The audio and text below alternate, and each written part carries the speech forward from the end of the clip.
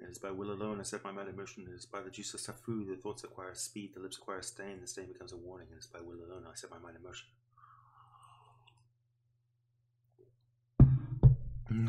It's by will alone I set my mind in motion. It is by the juice of safu the thoughts acquire speed, the lips acquire stain, the stain becomes a warning. It is by will alone I set my mind in motion.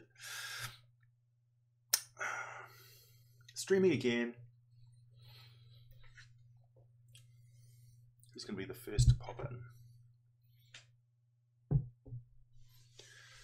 Maybe I'll actually get some sculpting done today. I've got a whole heap of sculpting supplies to show everyone. Hey, how's it going?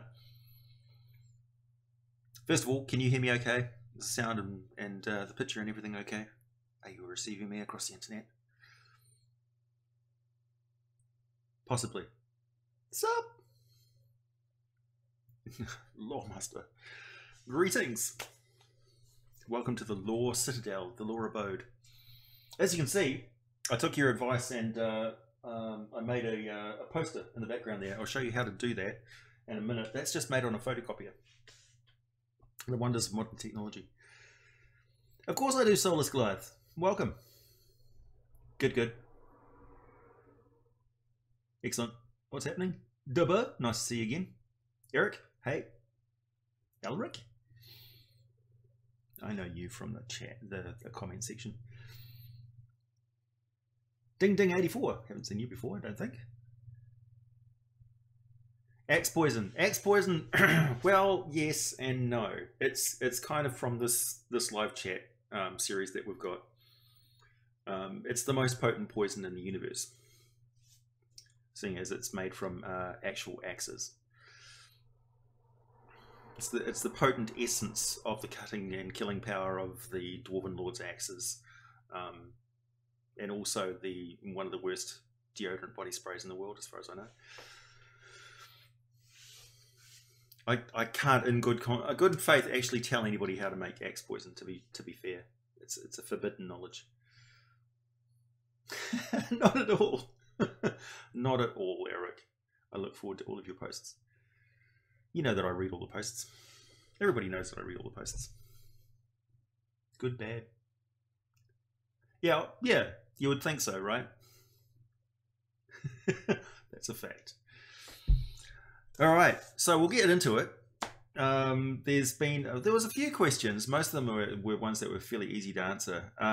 Somebody asked me where is a good place to go to get a custom 3D printed character sculpture done. And there's Hero Forge, I believe it's called. Is that the one where you design it and then they print it, or they make you an STL file that you can print on your own 3D printer? I'm getting a new another 3D printer soon, so I'm looking forward to getting cracking on making some more tiles. Hello, Axe Poison. There's the one that's responsible for it all.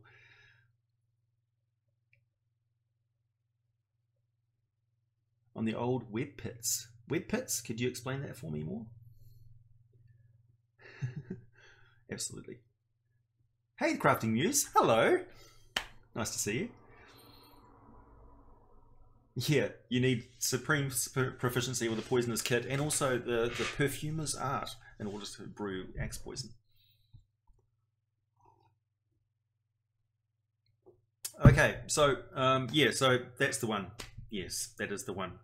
If there's anything else, please feel free to share in the chat here. It should appear next to the live stream later on for everybody who's watching it at home. I personally, if I need anything made, I just grab one of my an often replicated miniature and I strip it down and just build on it using green stuff.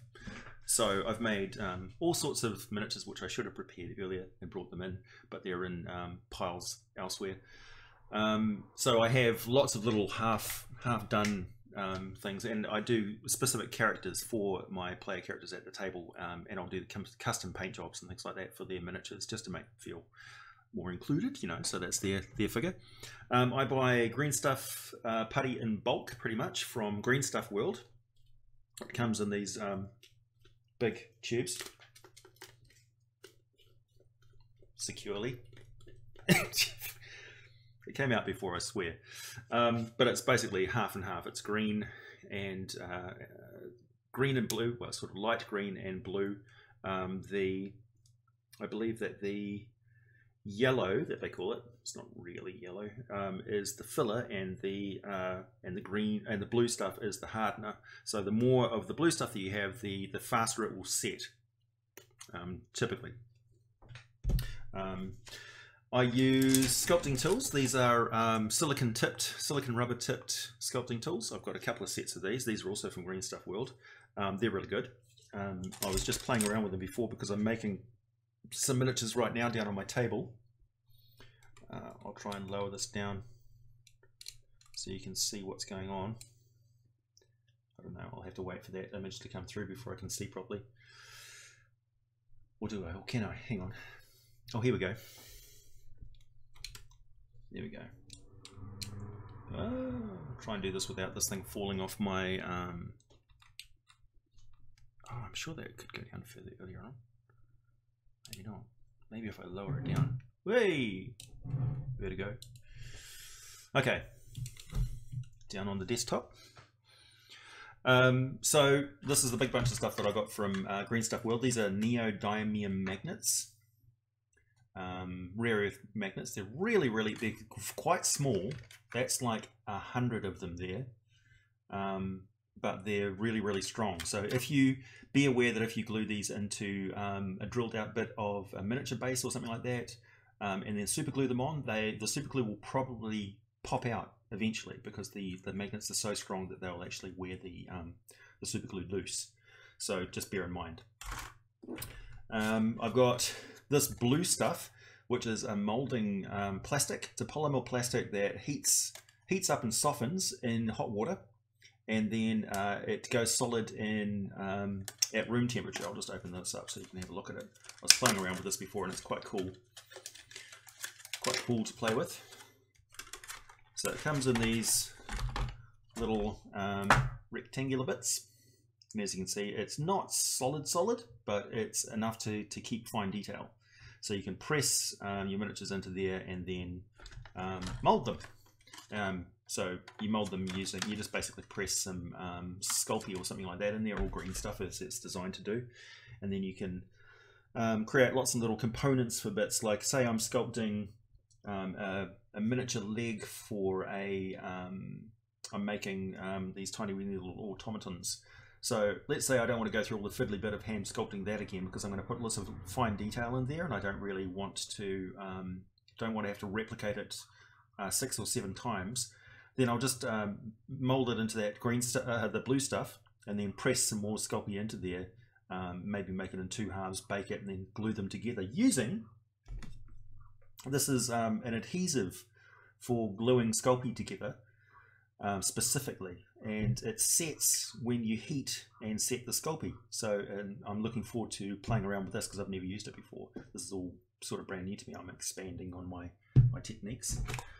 These are rollers templates that, so this is a cobblestone. And by the way, this is just me. This is just the stuff that I use. Like, I'm not getting paid. This is stuff that I bought. They have no idea that I'm talking about this stuff. Just, you know, as a disclaimer. So this is honest reviews. This is the cobblestone one. You just basically roll out your Sculpting flat or green stuff or whatever it is, and roll this out across it. You can even ink this, like put paint and then roll it across the surface to make a textured pattern as well, which is, I was thinking about doing. But yeah, I was playing around with this as well. It's really, really good stuff. So you can roll out whole sections and cut it into specific shapes that you need for making floor sections or walls or anything like that. This one here is wood texture, which I don't like as much as the stone one, but I'll use it for bars and things like that, I suppose. Everybody should have a bar that fights and stuff take place in. Yeah, I've been carrying on with my painting of the tiny furniture set pieces. This is a bar back section. That's not even finished yet, so it's looking pretty good already. And there's some shelves and things I finished earlier. That's like a Beast Hunters type shelf. So it's got like a dragon head and lots of bits and pieces in there. And it's part of a set, along with desks and various other things. What else have I got? I got these. I was watching a video by Black Magic Craft, and he mentioned these. It's really hard to see because of the light on it. I'll try and shade this so you can see the texture on the inside. So that's the cobblestone texture as well, and the idea is that you push your Sculpey or your green stuff into that, and then you basically just punch out these thin little tiles. I don't like them, and I'm not going to use them pretty much. I got it because I thought, oh yeah, that looks interesting, I might be able to use it, but it's just too fiddly for me.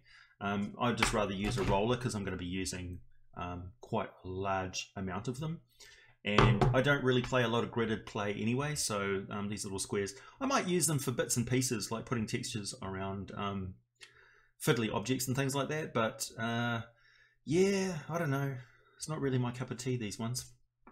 They'll certainly be useful for some people for very specific tasks like making Wylock type tiles and things, as they do come in a set with 2 different size categories. It's like 1 3/4 inch, and this is a 1 inch square. Yeah, and also I got Sculpey, of course. This is the stuff that I use for making miniatures. Sculpey, good old Sculpey. This is the firm Sculpey. Oh, sorry, the medium Sculpey. It doesn't come wrapped or anything, and it's fairly good for making fine detail stuff. For if you're making weapons or you're doing fine face detail and things like that. It's not as, like, if I push my finger into there, it only barely makes an impression really. Whereas if you go regular Sculpey, here's a regular Sculpey, and push your finger into it, that's wrapped in plastic, and it makes quite an impression. It's a bit hard to see on the camera, but anyway. So yeah, I'll generally have a wad of Sculpey sitting on the table because it stays pliable until it's baked, and then you can stick more Sculpey on top of it once it's baked and build up layers, which I highly recommend you do. Make things in parts and then assemble them afterwards using the glue, because that means that you can work on little fiddly bits without them getting damaged when you're making a larger piece. So yeah, that's that for show and tell stuff that AJ bought today or recently. I'll get back to the comments. Hi everyone, welcome Dribbler. Furbolg, yeah. Okay, I'm just going to scroll up and have a look, see if I've missed any questions there.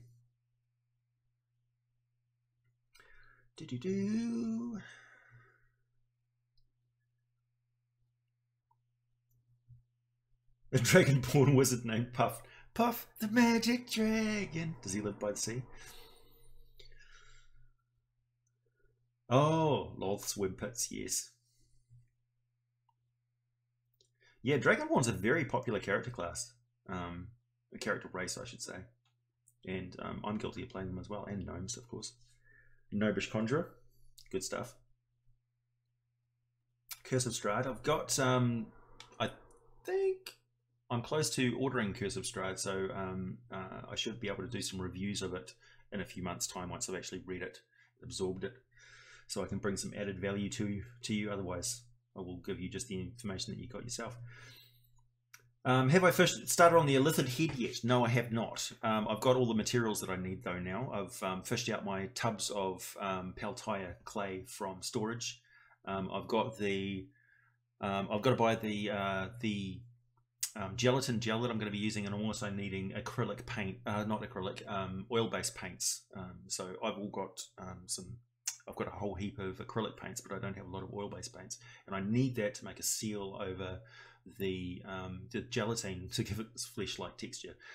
Once I actually start building the sculpture, I work very quickly, so I'll get it done in a few days' time, and I'll basically just hoe into it in a weekend, and get it ripped out pretty quickly. And you should see me assemble it all in a sped up camera replay of me building the thing. Yeah, so no doubt that'll be ripped by some channel out there ripping off crafting videos, but I don't care. I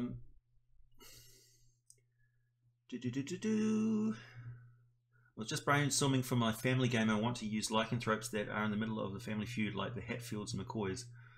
Which two should I use?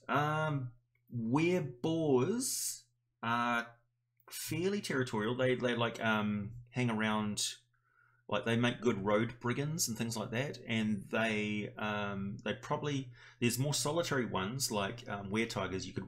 Were tigers would be ruled out because they're mainly solitary. Were wolves would be ruled out because they're too vicious, really. But were rats and were boars would make a perfect feud situation because they're relatively non-aggressive, and they both stay pretty close to human civilization, and they would actually interact.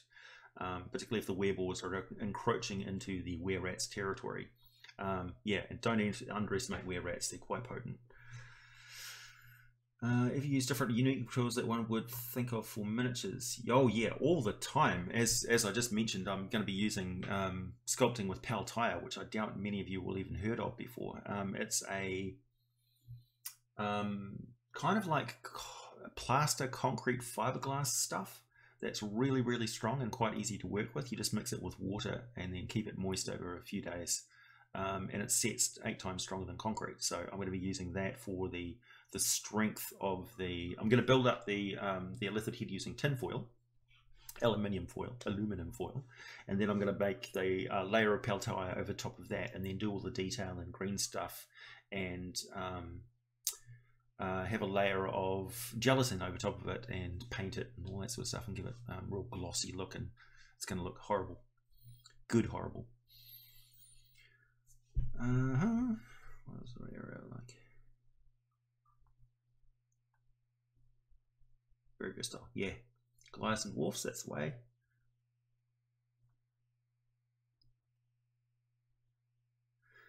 Kind of new. What's the difference between a sorcerer and a wizard class? Wizards learn magic from scratch. They can you can be a wizard just basically on the level of your intelligence alone. So they're book learning.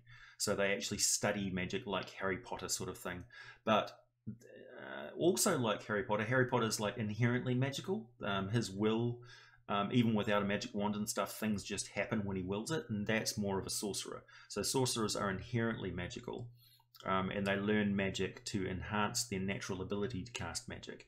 That could be because they're natural fonts of magic that are just psychically tuned into manipulating the weave of magic, or because they've got a draconic bloodline, so they've got some otherworldly heritage which comes out through their emotions or through their willpower. So yeah. And they both have strengths and weaknesses. Like wizards are much more kind of diverse, and they specialize in things. Sorcerers gain access to meta magic feats and things that wizards have to study quite a long time to get into. But yeah, so wizards kind of resent sorcerers a little bit because sorcerers are just like, you need to work at magic. For me, it's just natural. But also sorcerers can see magic as kind of a bane, less of a boon, because it's something that's been lumped with.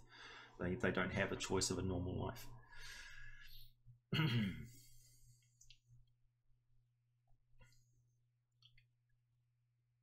Yeah, I will be doing a video on the sorcerers next out of the character classes, so stay tuned for that.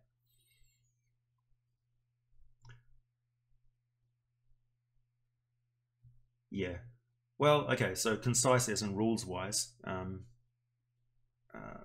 yeah, that's all available on the free playtest material, I think. Yeah. Sorcerers have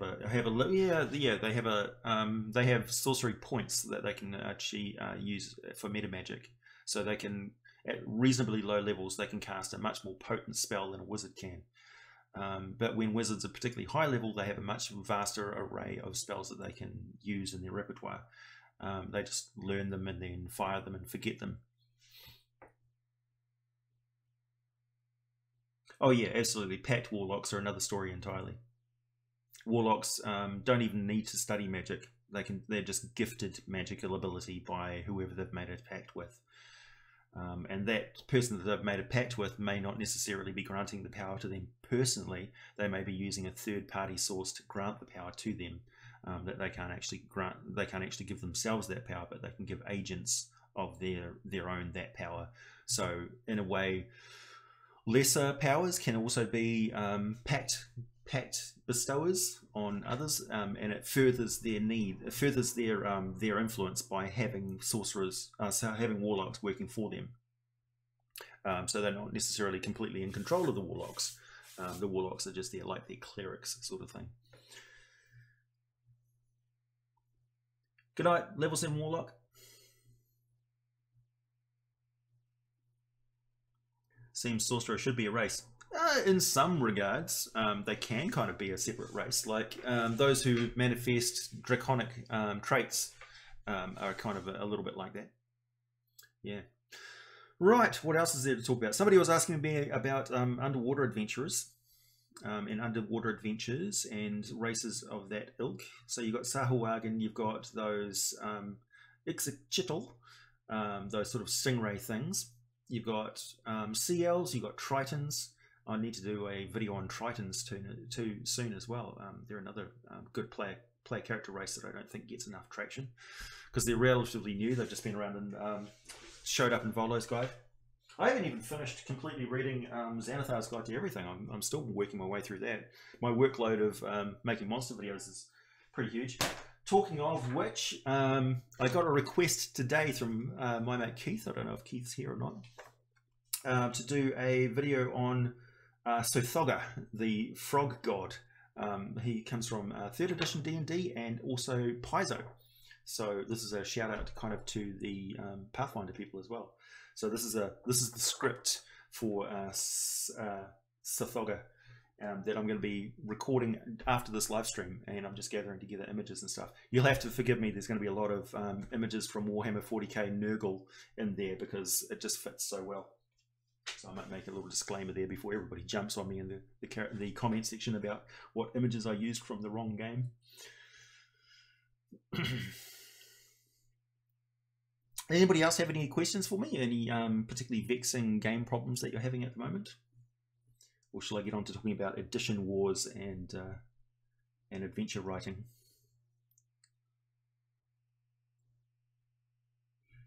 So much want a feat that uses meta magic abilities like the mortal adept gets superiority dice. One thing I saw that was fairly interesting lately was if you... What was it? Was it pact magic or something else? I left a comment somewhere on it where somebody goes through all of their sorcery points and then they start channeling their hit points instead. So at lower level, they channel like 10 hit points per one extra sorcery point that they have access to, and at higher levels, the cost of it goes down to a possible level 20 where it's 1 hit point for an extra sorcery point. So they just become fonts of magical power that they're feeding through their own hit points. Raistlin from Dragonlance, I always thought of kind of like that, how it seemed to be burning through his life energy. And was it the Voyages of Sinbad or something like that? There was a sorcerer in there that he aged every time he cast spells, which I thought was always really cool, and I haven't really seen it replicated in Dungeons and Dragons overly much, considering that that's kind of a classic tradition of sorcery as well. What edition do you usually run? Do you sometimes change things about a certain edition to better suit you? Oh yeah, absolutely. Like we, in this local gaming group here in Hamilton City, where I've been living for the last 10 years, we've run through the various successions of D&D products that have been running at the time. So we went from 3.3 to 3.5 when I first arrived. And then we played all the way through 4th edition and then into the 5th edition playtest. I was playing that, and then we went straight into 5th edition. And we really haven't looked back in regards to Dungeons and Dragons. But we've also played Fantasy Age. We played that for close to a year. That's a really good system, and I highly recommend it. The stunts that you can pull off with your characters are really cool. We've also played... I play Warhammer, the modern stuff, so... the general group of people who play, I don't play in these very often, but they play Inquisitor, Dark Heresy, and I've got the Death Watch RPG book as well, but I haven't managed to play many games of that. I hope to play it online more in the future. And of course I've got Basic Fantasy as well, that I'm going to be running Basic Fantasy games online as well. We've played Call of Cthulhu for a couple of months. That was really good. Yeah, so we play all sorts of different stuff. I want to get back into playing Traveller as well. I haven't played Traveller since the original games came out. Well, actually, is it? Yeah, they were the original little black books that we were playing with. using just D6s. So I'm quite interested to see what Mongoose did with their edition of Traveller, because there's been like 6 different versions of Traveller that have come out, and Traveller's really good. Yeah. Blood for the Blood God. Absolutely. Hang on, I'm missing some of these as I expound. Love Papa Nurgle. Papa Nurgle is gross. Oh, thanks for the, yeah. That's the original Elmore poster from the basic D&D red box set that I bought way back. Well, my grandmother bought for me when I was 11 years old. That's how long I've been playing D&D for. So that particular image has got mad props for me. I look at that and that's D&D for me. But I only just recently noticed, once I printed that out, that dragon's only got 1 horn. What the hell? It's like a cyclopean horn? I don't know. But it's a really good image. There was a few different images kind of similar to that as well, and there was a more complicated sketch of that image, but they cut away the other characters. There was a female cleric, I think, that was in the background of that image as well. But they cut her out of the foreground just to concentrate on that iconic image of the fighter with his magical sword going up against a dragon. That's clearly going to paste him. I'm missing questions again. Where did epic dragons come from? You just said that they had a different origin than regular dragons, and you didn't say what it was. That's right, I didn't, because I don't know. It's not specified. But a lot of old edition stuff isn't really specified like that. It's just somewhere out, some other dimension, other plane of existence, other multiverse. They're extraplanar dragons that are not part of the regular draconic pantheon origin story, is all I can give you. So your guess is as good as mine. Write it into your story how you see fit. There's no set lore on it as far as I could find. So yeah, I generally don't make up stuff, or if I do, I'll tell you that I'm making up. I'm just conjecturing stuff, and in that particular instance, I didn't conjecture. So in-game reason for vitality use would be blood magic or some commingled gear. Yeah, basically, it could be blood magic. It could be soul type magic. So they're actually dying a little bit when they use their magic. They're putting themselves into the magic, because magic's kind of like your will against the flow of energy around you, kind of like a chi thing, psychic energy, magic. It's all much of a muchness. Only vexing thing about games for me is how little I get to ever play them. Yeah, trying to world build, which is crazy hard, especially as an American trying to do other cultures. Geez, all I can say is just watch more documentaries and things on other places, other cultures, really. It's not quite the same as being from somewhere like New Zealand or Canada, which are very multicultural countries. But I could see what you mean, how Americans would be... I can't speak for Americans, obviously, but I've been there, and I don't know. You guys tend to get wrapped up in your own... Because America is so complicated and big on its own, you get wrapped up in your own politics and events and places and things like that. And there's so much to see in America that I can understand why going on holiday within your own country is such an appealing thing to do. I certainly have a lot of places in America that I'd love to go and see. I never got to go and see New York or Boston or Florida. You know, I'd love to go to Mardi Gras and things like that. I just got to see like the Grand Canyon and Bryce Valley and all that sort of stuff. LA and San Francisco, a little bit of Tijuana. So yeah, exposure through multimedia is your best bet. Just immerse yourself. Whoa, I'm missing more. Minsk. Gotta go DM the Tomb of Annihilation guy. Hey, sweet. Love a vampire. Like a vampire does not drink blood, especially for the blood, but as a method to drain out the energy of the person through that blood. Yeah, that's definitely in the lore for sure. In Dungeons and Dragons, they're more sort of actually D&D undead are less supernatural in some ways, and less sort of visceral. Like they don't require blood for sustenance for sure, because they're dead. Like zombies don't eat brains in Dungeons and Dragons. They just want to kill things. They want to spread death. So that's kind of refreshingly different in Dungeons and Dragons. Sentient elephant people from Spelljammer, yes. Oh, not elephant people, hippo people. Sentient elephant people, there are... yes, probably. There's actually a few animal-type humanoid races from an area of Toril that I haven't covered yet and doesn't see a lot of cover as well. There's cat people, there's dog people from there, which I really want to cover, because D&D needs a dog people. A lot of other role-playing games have got really good dog people, like Wolfen from Palladium Fantasy, or Dog Boys from Rifts, for instance. They're a hell of a lot of fun. So yeah, because everybody knows how to play a dog. Censored for the Slaanesh God. Yeah, absolutely. Family friendly. Change for the Change God. Spectacular colours for the Change God. Yeah. Yeah, that's basically what I'm going to be making a video about, is this particularly vile demon lord, the Frog God. Would a vampire be a Slaanesh thing? I don't know. Maybe. I'd say there's probably lots of different types of vampires in Dungeons and Dragons. Your guess is as good as mine. Yeah. Florida says, hello. Hello, Florida. Hey, the Fat Dragon. Nice to see you. Do not go to Florida. Well, look, I'm no judge of things, but I know like that they've got superb crawdads and seafood dishes in Florida, so that is why I would be going there, for the food more than anything. So you would find me in restaurants more than anything, and I could probably meet a few people there who would steer me clear of the worst areas of Florida or Louisiana or somewhere. I don't know. Go down South Carolina maybe. I don't judge, you know. I've seen the worst that America has to offer. I was in the LA riots, for instance. It's like, yeah, that wasn't so bad. Question: going forward, what do you want to do to grow the channel? Doing these streams are one thing, but you never mention what else you want to do or what people can expect.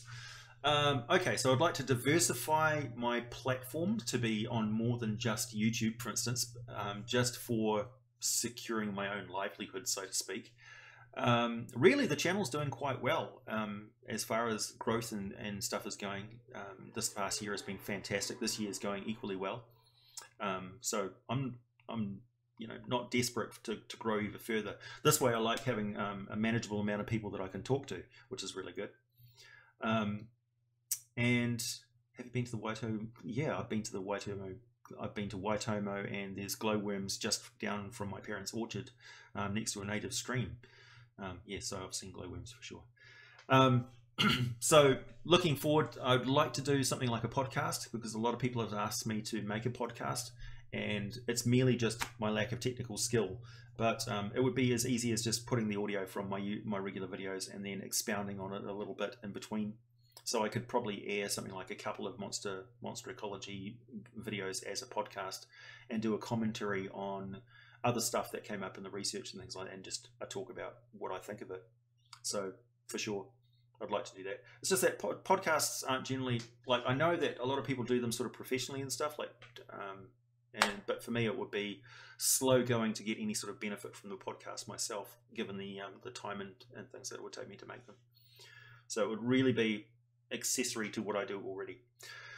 This coming year, next year is where the channel's really going to take off, because I will be doing it full time. I'm going to be living on my parents' orchard, looking after things there, and doing this basically all the time. And I'm going to be essentially a professional sculptor and YouTuber. That's what I will be doing. So I'm gearing up towards that over this next year. But this year it's pretty much going to be as continuing on as it has been for the first few months. This is the pace that I'm working at. I'm now working just part-time at the laboratory job. That is my day job, my slave job. Yeah, but I really want to get out of that and do this full-time. Gnolls are, yeah, they are hyena people. No lives matter. No, kobold lives matter. Gnolls can go to hell. Gnolls, gnolls are hill people. Grassy gnolls. That should be a monster race. What's the most dangerous monster the normal adventure would encounter in your opinion? That's a tough question, because I mean, you can put an ancient dragon in front of an adventurer at level 1 and just paste them. That would be vastly unfair. But I would say probably the most dangerous low-level monsters are things that can paralyze you. So something like a meanlock or a ghoul. A ghoul, definitely. Yeah, ghouls are some of the worst to face at lower level, for sure.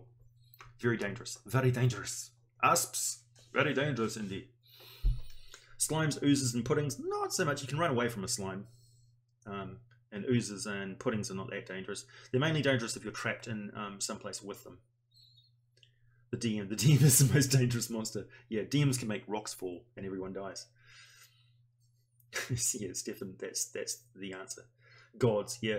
I'm having role-playing flashbacks where a military group went in and wholesale slaughtered gnolls. The person leading it meant it to be very controversial. Yeah, kobolds are cool. Vargweel. The Vargweel. Vargweels are horrible undead. Rip their head clear of their body with the entrails still attached. That's, I believe, I think that comes from Romania and the Philippines. The Philippines have got some really crazy monsters. Something very similar to a Vargweel, where the top half of it rips free and flies. So it's just basically this flying torso with guts hanging out of it. And Filipinos still believe in that sort of stuff. They take it kind of seriously. Like, you'll see videos, suspected footage of it online. Yeah.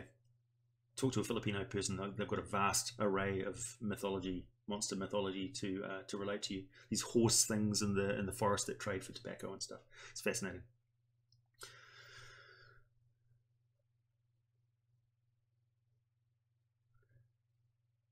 Thai mythology, yeah, for sure.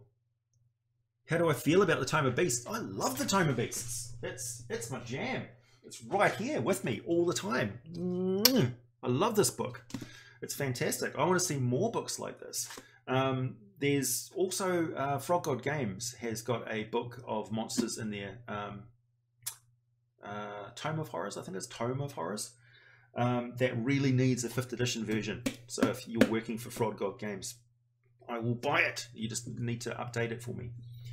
I'll probably still buy it anyway and just make monster ecology videos of them and forget about the stats and things. But I'd really love to actually use a lot of those monsters in my game, because a lot of them have been copied and stuff.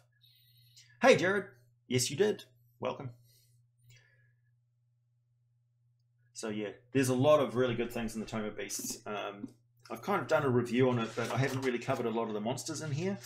But I'd like to. It's just that I know a lot of people don't have this, so I don't know how useful the ecology information that I could give them from this stuff.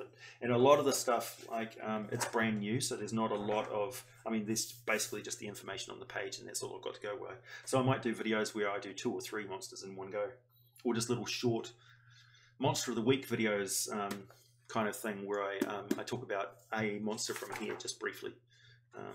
As an accessory to my usual more in-depth monster ecologies that I'm become known for. Yeah, it's really huge. This is 400 pages.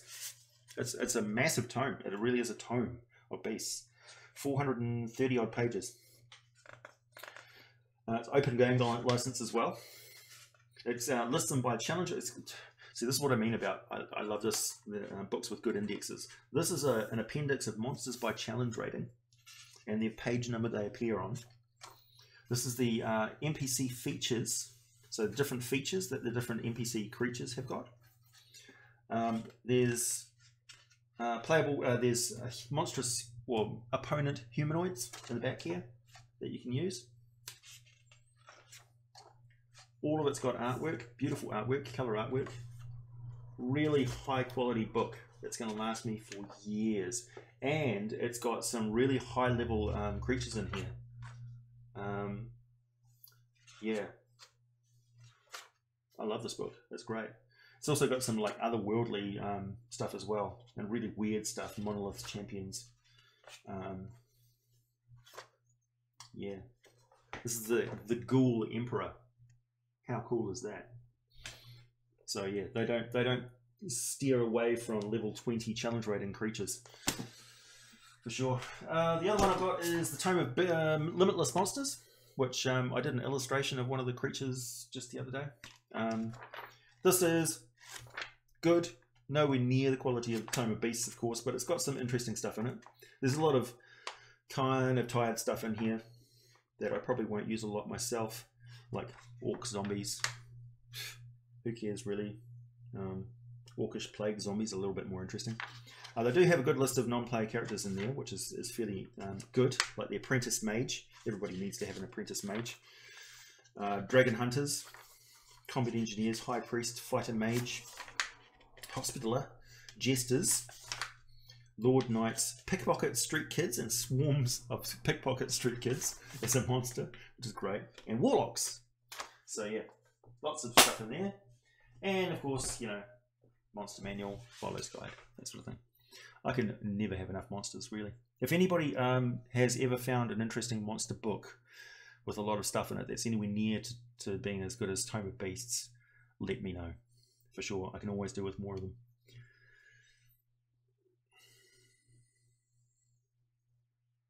You're watching the Warlock video and I was a little confused about special powers for the Fey Pact. Is it just charm and mental or translocation? I'm going to have to look that one up. I can't actually think of that offhand. Can anybody answer that question?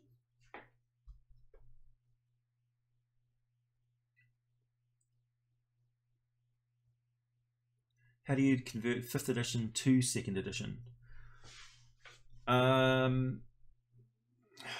That's a good question. I've never been asked that question, but I've never even thought about it. Converting from a modern edition back to an old edition. I would say build the monster from scratch using 2nd edition monster rules. Think of it more of I would say get a similar monster in 2nd edition and reskin it with the traits of the 5th edition monster you want, and then give it the powers and things of that 5th edition monster as closely as you can match from existing 2nd edition stuff. That way you'll most probably preserve the balance of the 2nd edition quite well. But 2nd edition balance is not that important. Generally speaking, it was more sort of a raw game. So yeah, I would say just use currently existing monsters and reskin them is probably the easiest way, honestly. You don't have to be word for word for everything. Yeah, Tome of Beasts is definitely the source to go to for Fey creatures, for sure. Thanks, Chase. Trying to think of a monster that was in the Fiend folio. I'm going to find it and ask about it. There's actually 2 Fiend folios. There's the original Fiend folio and there's the 3rd edition Fiend folio. So you'll have to tell me which one.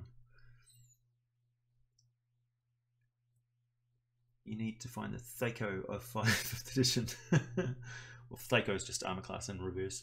It's not that hard, really. Kind of. Yeah, it's been a while.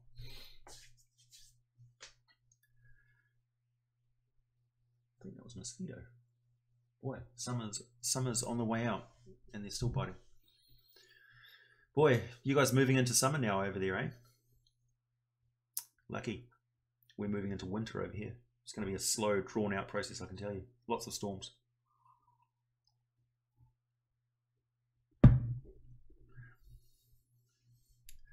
Maybe that is what they should do. Ah, big jump. Well, maybe that's what they should do at Frog God Games. That the original system rules movement books move away from the stat blocks and focus on the writing and fluff, so it can be adapted to different settings. Yeah, that's pretty much what I will do when I'm writing an adventure as well. If I'm writing it for general public play, because I know that everybody is playing different versions of the game. The majority of people are playing 5th edition these days, but I kind of feel like if I wrote something for just 5th edition, it would be a slap in the face of all these people that have just gotten back into the game or have listened to my stuff, because it's so welcoming to other editions where I don't really go into stat blocks and stuff that much because they're just less important. The crunchy stuff can be just made up by whoever's running the game. There's systems and tools and all editions for making monsters from scratch. So, you know. So when I'm writing an adventure, which I'm prone to do, going to be doing, I can give you a synopsis of what the adventure is about if you like. Or would you rather it was a surprise?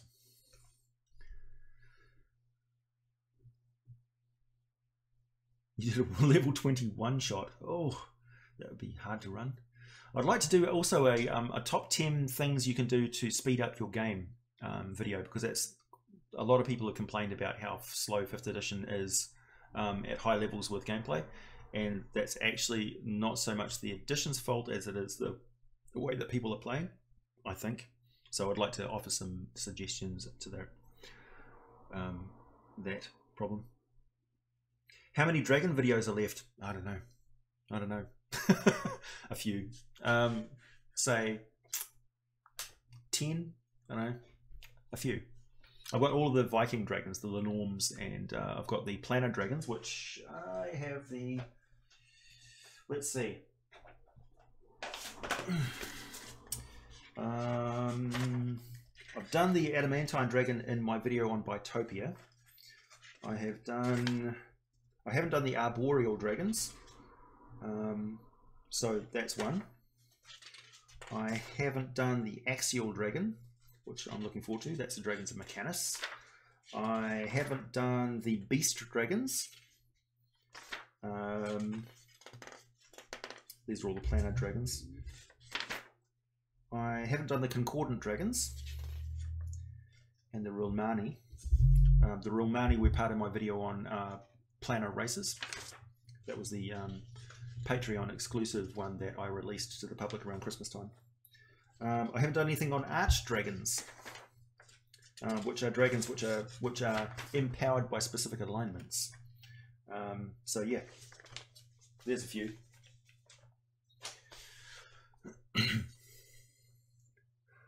Swarm of pickpocket street kids. That sounds hilarious. Yeah. How do you even fight that? With fire. It's probably the best way. They're covered in rags. Cast spider climb on yourself. Yeah, that would work. Yeah, 2nd edition does have a book about how to build a monster. Most of the editions do.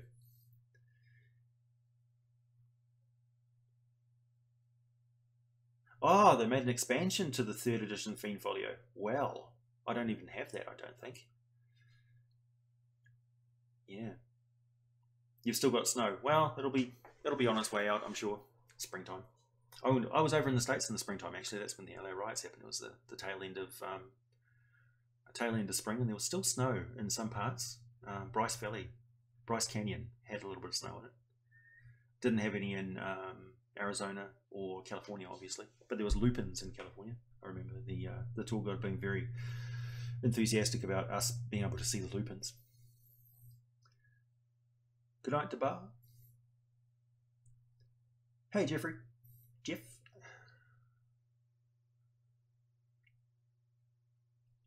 What is my favorite monster type?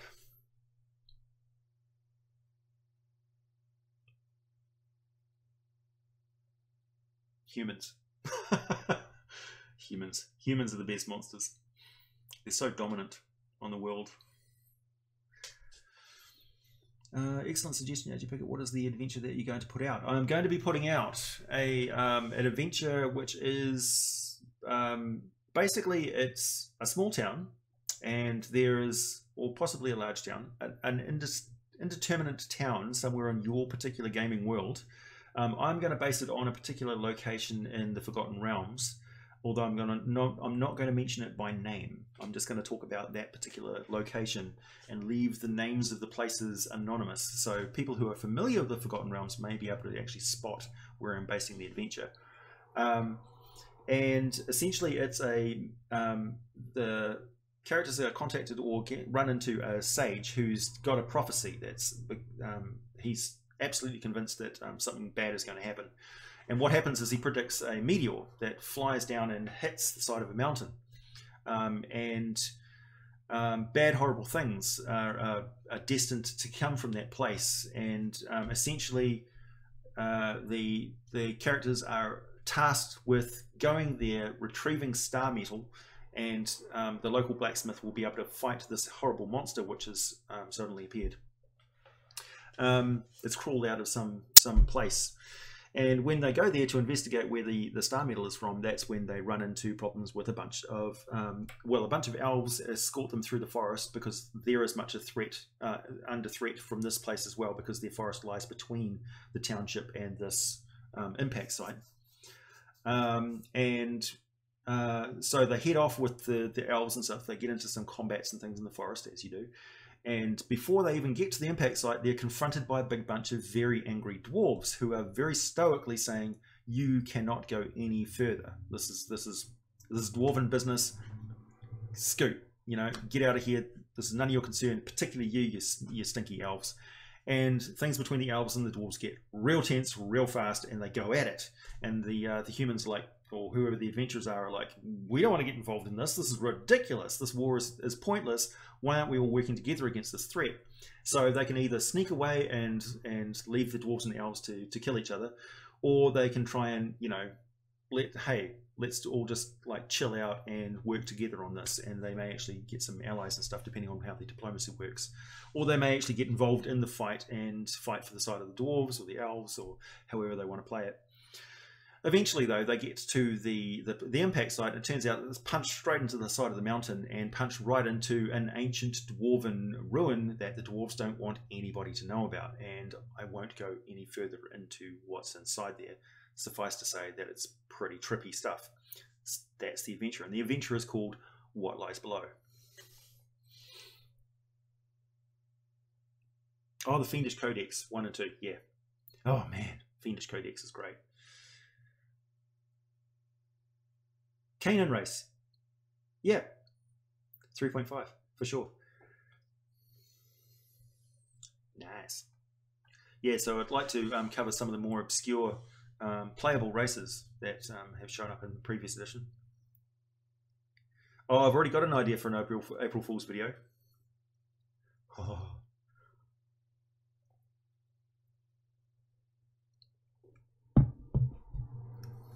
The Great Minsk and his miniature giant space hamster. Boo!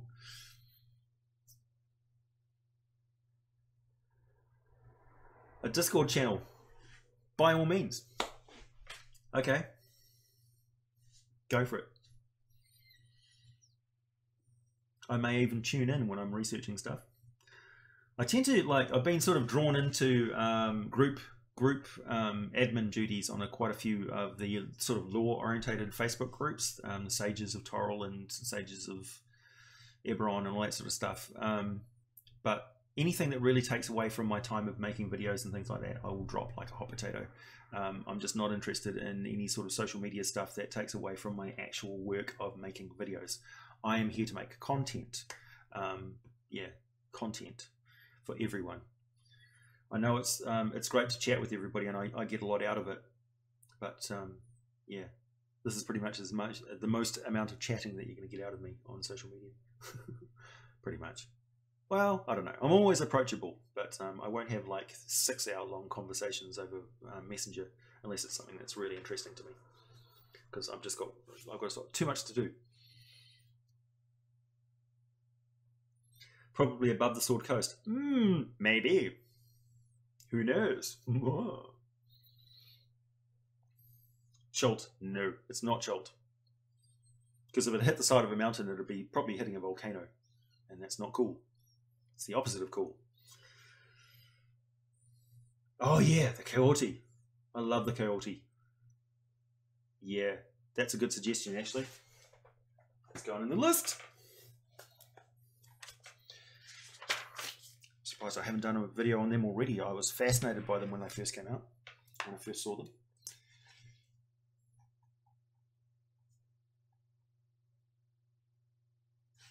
I really love the background lore of them. I think that was a Dragon magazine stuff, wasn't it? There's so much stuff that I've got to, like I haven't really plumbed through all of my dungeon magazines as well, and there's so much material in there that I should bring to you. Because not a lot of, I would hate for it to be lost to the annals of history. There's so much good writing in there.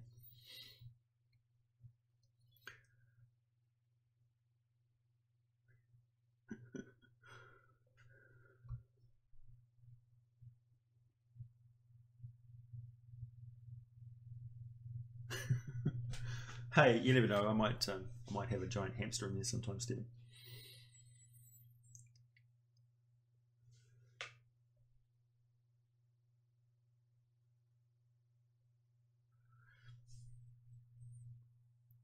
Glittergone. Glitter Gown? I don't know.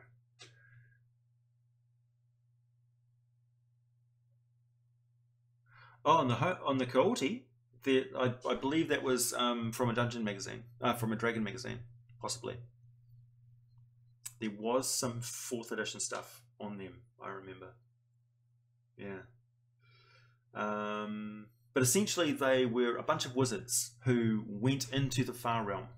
They actually went into the Far Realm because they thought they could master it and protect themselves from the corrupting effect. But what happened was that they got corrupted to the point where they actually adapted to the Far Realm. And now, if they want to leave the Far Realm and travel back into the material universe, they have to protect themselves from the material universe and actually stop their rampant mutations from rendering their bodies useless. Yeah. So they're compelling in that they're the worst case scenario of what the Far Realm can do to a human being or any particular humanoid race from the material world. Glitter Gown, yeah, basically Glitter Gown could be. When you do eventually get into more societal differences over time in Forgotten Realms universe, the Netherese collapse and what that culture turned cultures into in terms of racial diaspora. Yeah, very much. Like the Netheril Empire, and also the others, the even older one, which is responsible for Milhar and Unther and all that sort of stuff, and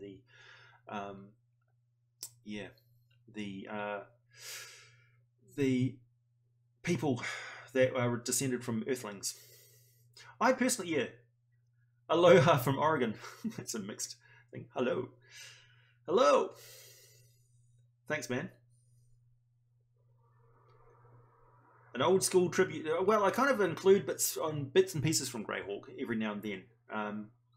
Like the Scarlet Brotherhood, City of Greyhawk itself. I wouldn't mind doing a location video on the City of Greyhawk, just for my own benefit, really, because we sort of skirted around. We never actually played in Greyhawk City itself when we played 2nd edition. The Imaskari, yes. Ancient Imaska. Actually, the Imaskari, the deep Imaskari, still exist. I'd like to do a video on them as well, because that's really cool. That there's remnants of the ancient empire that sealed themselves away in the Underdark, and they came out into the Underdark, and they've been changed by the years of seclusion and their TARDIS-like fortresses. Yeah. Rubric Marines.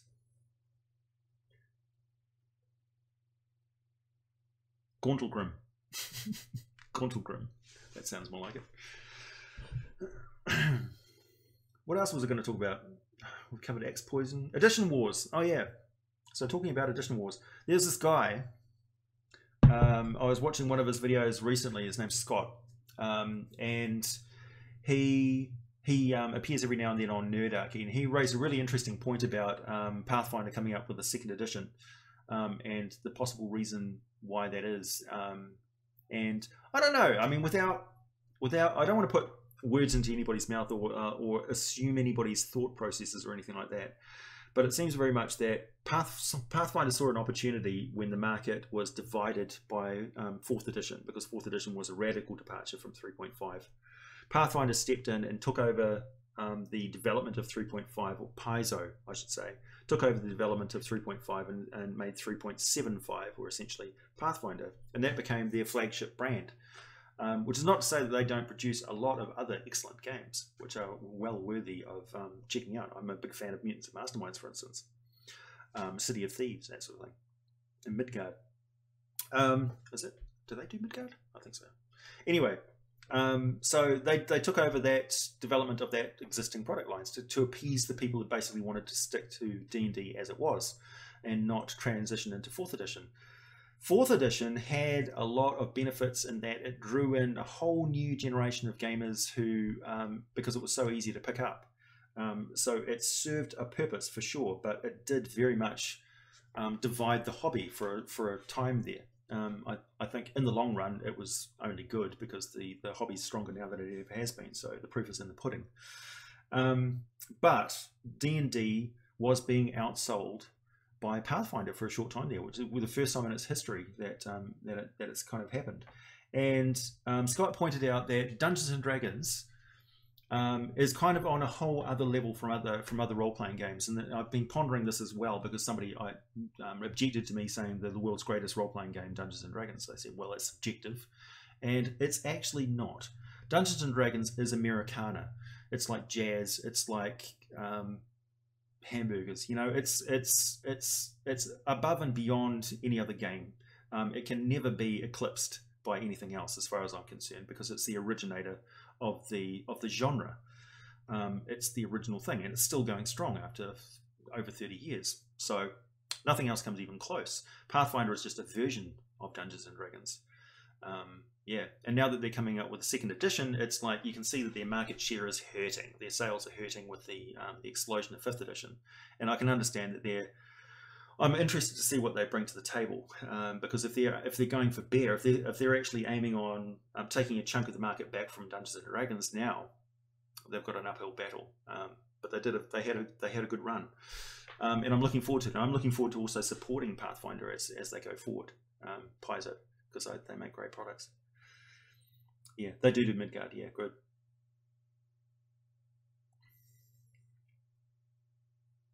Dungeons and Dragons is like hamburgers. Imagine a dark hamburger. Yeah. It's as American as apple pie and tap dancing. Although it's an international hobby, its roots are in America, and I will always acknowledge that. I mean, the majority of my audience for my channel is in America, and I'm happy about that. Happy with you guys. So you'll nary hear a bad word. That's why I visited America.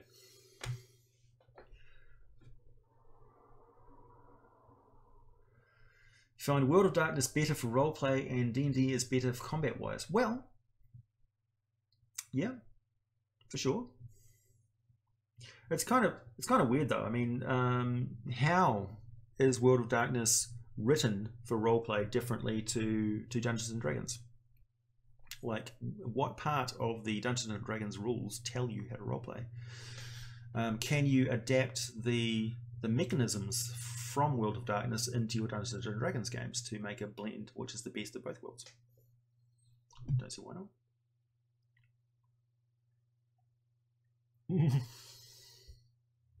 I sure do watch the C Team. That's one of the only broadcast games that I watch.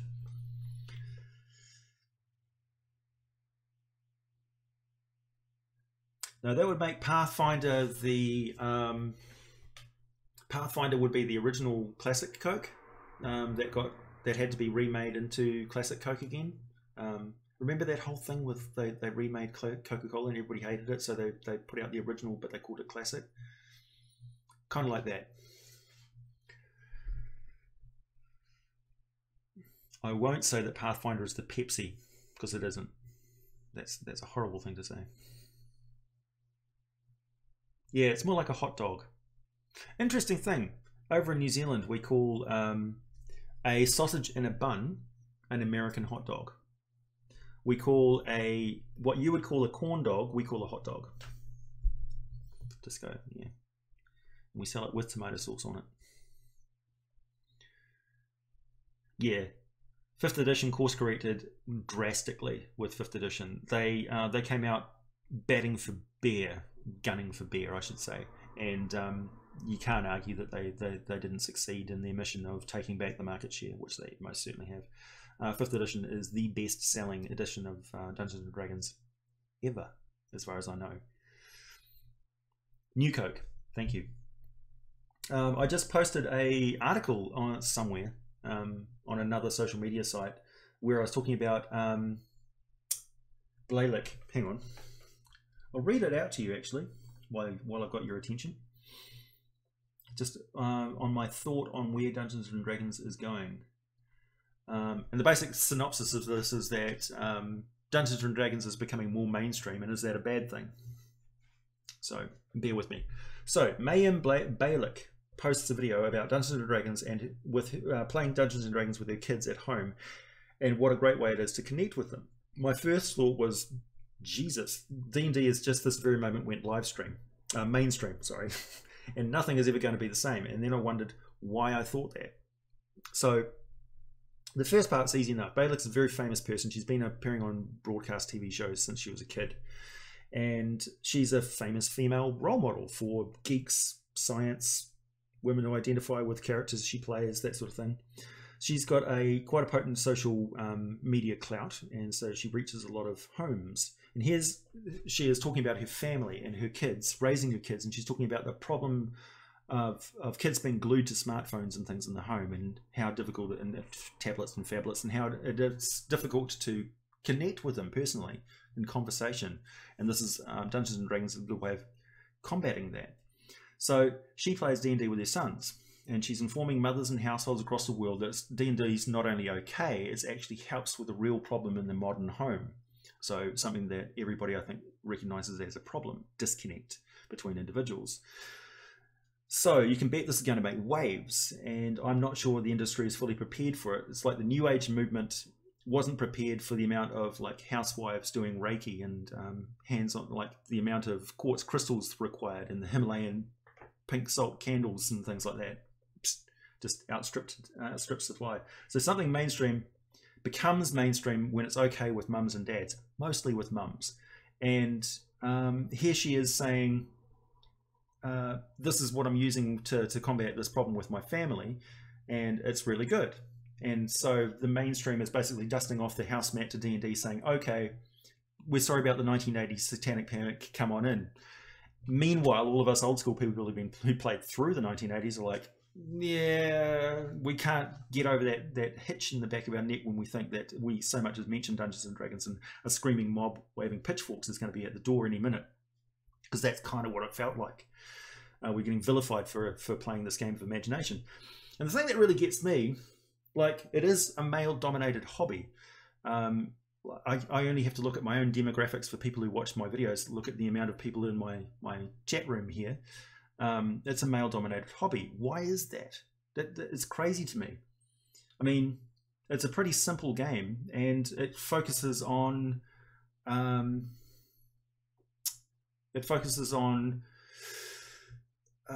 imagination, expression, communication, social interaction, social networking. So does that really sound like an activity that would be dominated by males?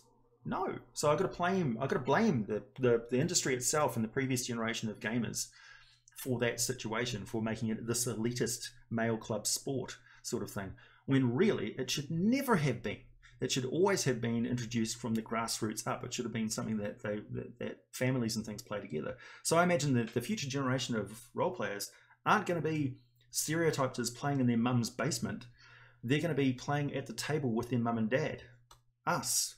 We're the cool parents who play D&D with our kids. So that's where it's going to be, and that's how it really becomes mainstream as far as I'm concerned. So I don't think it's a bad thing. What do you think?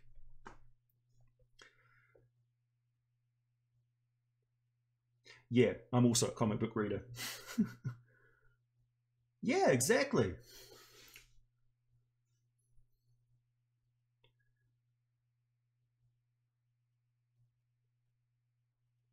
I'm actually thinking about having a game of D&D with my parents, see what happens. It would be ironic, really, if like I never did.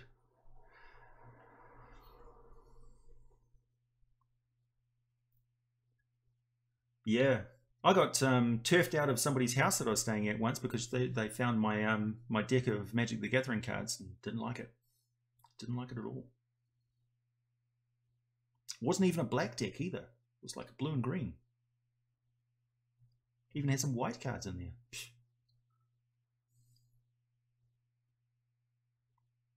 Well, it's not Wizards' fault. Wizards of the Coast only came along later. Like the article where I was quoting from one of the earlier editions of Dungeons and Dragons was provocative against Christianity. Absolutely, no doubt about it. They were mocking, even pretty much. They went into it without due respect because they were a little magazine with a dedicated readership of people who bought the magazine specifically. So I don't think they ever thought that it was going to get as far as it did or be archived and still read to this day. So maybe something to keep in mind if you're ever making a thing yourself is be mindful of where your words are going to be in 10 years time.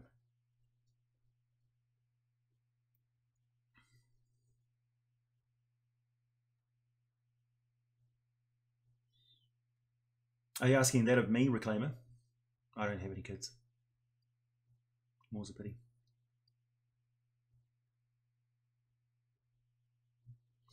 Propagating stuff with Magic the Gathering that means I don't want to ever support them ever.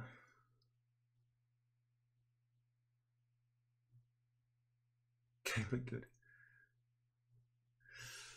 I mean, I have always, not always.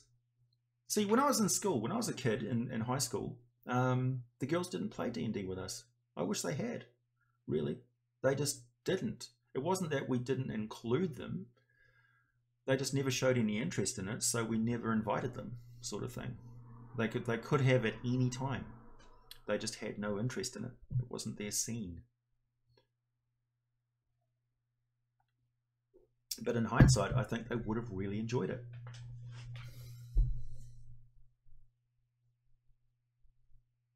Yeah, Tom Hanks.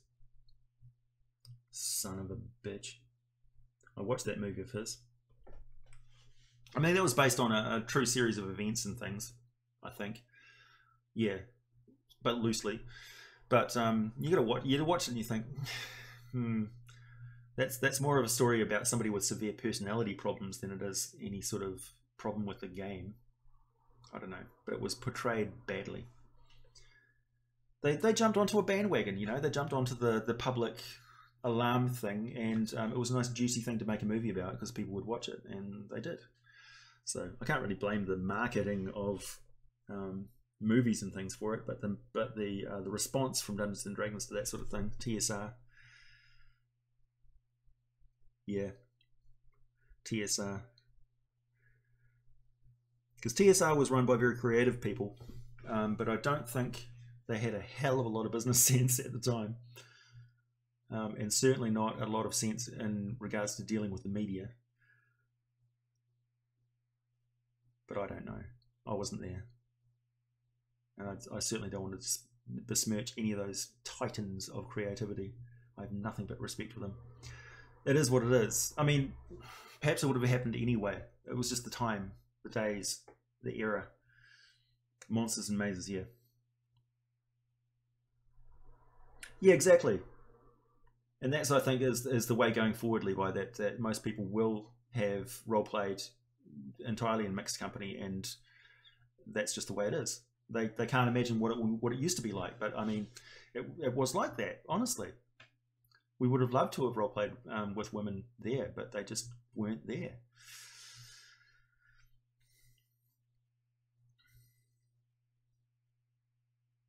Darkest Dungeons, yeah. Chick tracks. Yeah, I mean, it's an unfortunate thing that and it's a stigma that the entire industry has to actively fight against, I think, more than anything. We have to actively be as inclusive as possible, to be as welcoming as possible. Yeah. So if they ever, like, the first thing I find is it usually starts off with people getting grouchy about additions, and people getting grouchy about the rules as written, or people getting grouchy about homebrew versus canonical stuff, and so they start that elitism starts to creep in there, and that's distasteful, and people get very grouchy about well, you can't play it, it's ruining the game. It's like, it's not, it's got nothing to do with your game. It's my game, and that's how I run it. You can run your game however the hell you like. If you don't like the conversation, leave, stop interacting. If you don't like me, block me, but don't like tank the entire conversation. That was the 90s and the early 2000s to a T. Like, every single role-playing forum was a toxic wasteland. I lived through it. It was depressing to the point where you didn't even want to talk about Dungeons and Dragons online. These days, it's an entirely different story.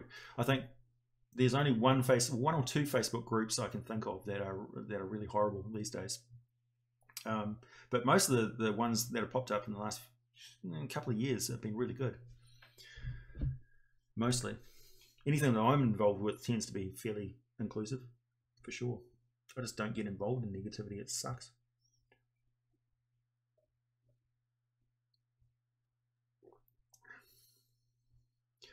I don't know. I mean, like, there's got to be some inclusion of storylines and elements and things which in the game, like, I don't want to speak for women in general, but there's got to be more cute stuff in Dungeons and Dragons. Honestly, there's got to be more romance, and there's got to be more interpersonal interactions. There's got to be more background story. There's got to be more emphasis on characters that are overcoming personal as well as family problems and things like that. There's got to be less murder hobos. We've got to write murder hobos out of the game, make it damn near impossible. Games where there's more interaction between the characters, for sure. That's one thing that I notice in every game where women are involved, is they talk between the characters talk to each other a lot more in those sort of games, just from my personal experience. I could be wrong, but I don't know. I don't want to speak for women in this regard as to how to make the game better. That's exactly the opposite thing of what I want to do. I want to be informed. I want to learn. I want to hear their voice. Flumps, more flumps. That's the secret. Yeah. Yeah.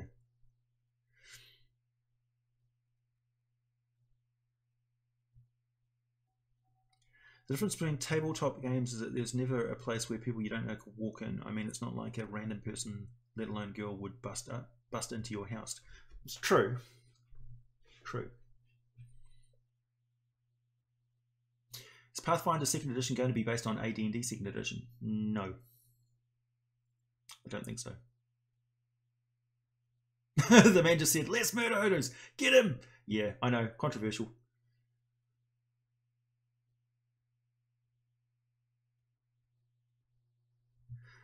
Absolutely, Christopher. I'm not saying I'm an expert, for sure. I'm disagreeing with myself as the words are exiting my mouth. Like, I think that the first part...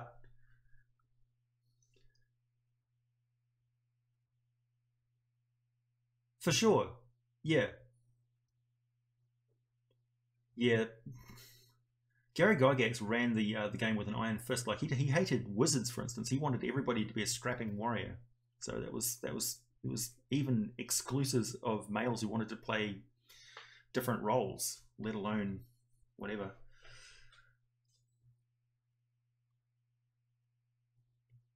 Yeah, for sure.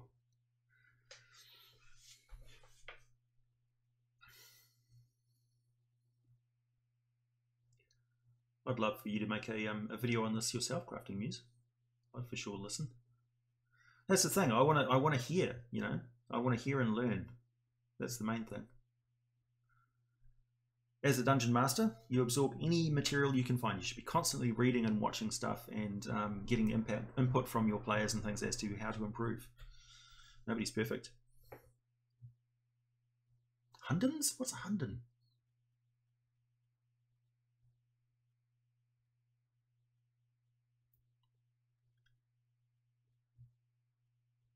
Yeah, like there's been a big shift in movies and popular media and stuff like that as well, between with more female roles coming out and stuff. And the thing that gets me is that I'm not in control of these creative industries. I'm not in control of writing D&D books and things, or writing movies and stories and things that people read. And it frustrates the hell out of me that they're not more inclusive, and there is this gender segregation and things like that. It frustrates me too greatly. I just want to find the people that are writing this stuff and say, get out of the house, you know, go and talk to some people. Open your eyes. There's heroes all around us, and it doesn't matter what sets of body pits they have. It's what's in here that counts.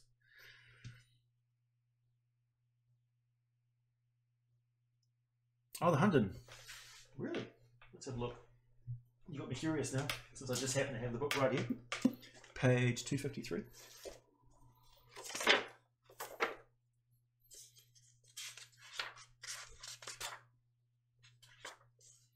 Oh God, yes. Oh, I'm familiar with these things. A four-armed giant with a mouth for a head. Toothless mouth adorns the headless shoulders of this oversized four-armed doughy humanoid. Is it doughy humanoid or doughty? Doughy. So chubby. Yeah. Creatures of childlike creatures of chaos, and these are kind of scary things. I should make a video about those for sure.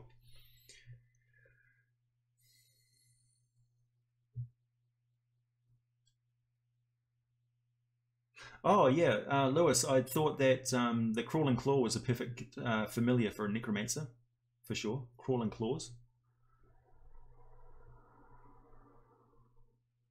flimps and hundens, pretty much. Hundens are actually these big creatures of chaos, quite terrifying. Oh, sorry. Yeah, I should have shown you a picture. Was it 253?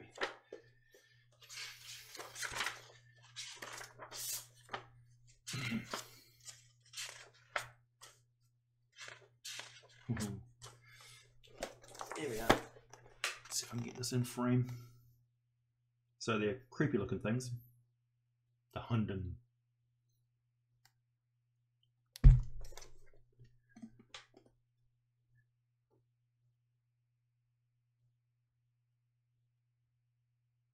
Anything to do with depends on how you do it, Durrican. Like what's a good example recently? The female Ghostbusters movie. I thought that was fine. I thought that was a good movie because the female Ghostbuster characters made sense. Sigourney Weaver showing up at the end of it as one of the main, like, it was kind of like an alt universe Ghostbusters, because everything was like the same but different. So I didn't really think of it as it didn't take place in the same universe as Ghostbusters, you know. But I think a lot of people just need to, like, you can suspend your disbelief to enjoy the movie. Why can't you suspend your own attitudes to enjoy a movie with alternate gender roles? You know, and the people who have problems with it, those people have problems. It's not necessarily the fault of the story.